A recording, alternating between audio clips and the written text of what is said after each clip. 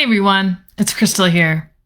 So what is that number one thing you want after having a very stormy relationship? You've allowed the storm to erupt, it's erupted, you've rode out that storm, and now the storm has calmed. And yet you're still feeling the aftermaths of that storm right now. So what is it that you want? What's the opposite of what you want and what you've probably been experiencing for a very long time that's led up to this point? That's right. You want to feel peace. Let's think about that for a moment. Peace. What does that feel like? What does peace feel like to you? Just give that a moment to digest and recall a feeling that peace word. Peace. What does that make you feel? Does it make you feel calm, serene, neutral? That word in itself can really bring a very powerful feeling within us. To feel stabilized, to feel alkalized, to feel like you are balanced. So when you're in a state of peace, how does that help you? How does that help you rebound and move forward? Well, when you're in that peaceful state, you're able to act more in alignment with yourself. You're able to act from a place that is meaningful and real. And you're able to then make decisions with more clarity. And when you have this peace in your body, in your mind, your body, your soul, it helps you just feel like you're in this quiet confidence of yourself. You rid out the storm. You did what had to be done. You're at the finish line here. You're at the end of it all. And it's your time now to work through the healing that's required to bring you to that peace. And there is probably a couple things that need to be worked on in order to get you to that peace. A couple layers of the storm, a couple categories of the hurricane. And I want you to listen to this Chinese proverb that I thought was very fitting for what I'm talking about today. He who blames others has a long way to go on his journey. He who blames himself is halfway there.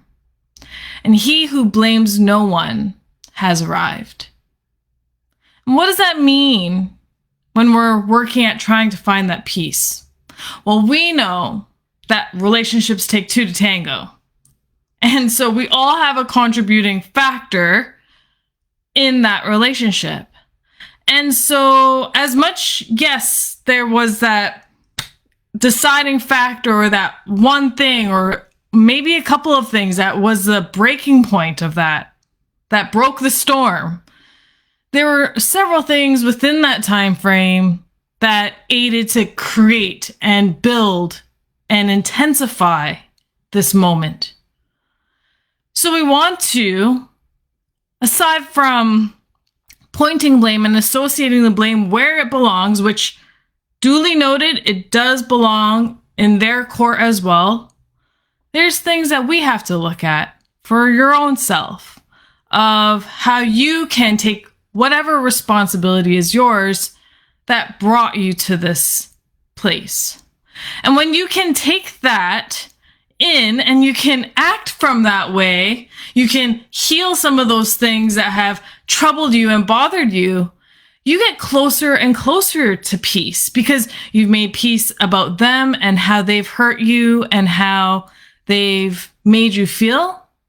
You've also healed how your actions lent to this outcome and how you were operating within that.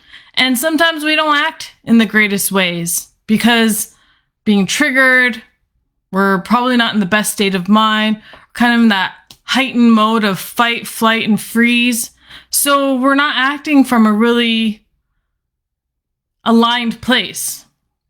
So this is the opportunity to shed all those things so you can heal and really get that inner peace so you can move forward peacefully, act from a place of peace, and respond peacefully. And this definitely will have a ripple effect in your life in more ways than one. Probably have a ripple effect to your kids, to your work, your health and well-being, other relationships. It does have a ripple effect. But we just have to give ourselves a chance to be open-minded, to view things on a broader scale, to be able to get that whole healing and start to actually move forward peacefully.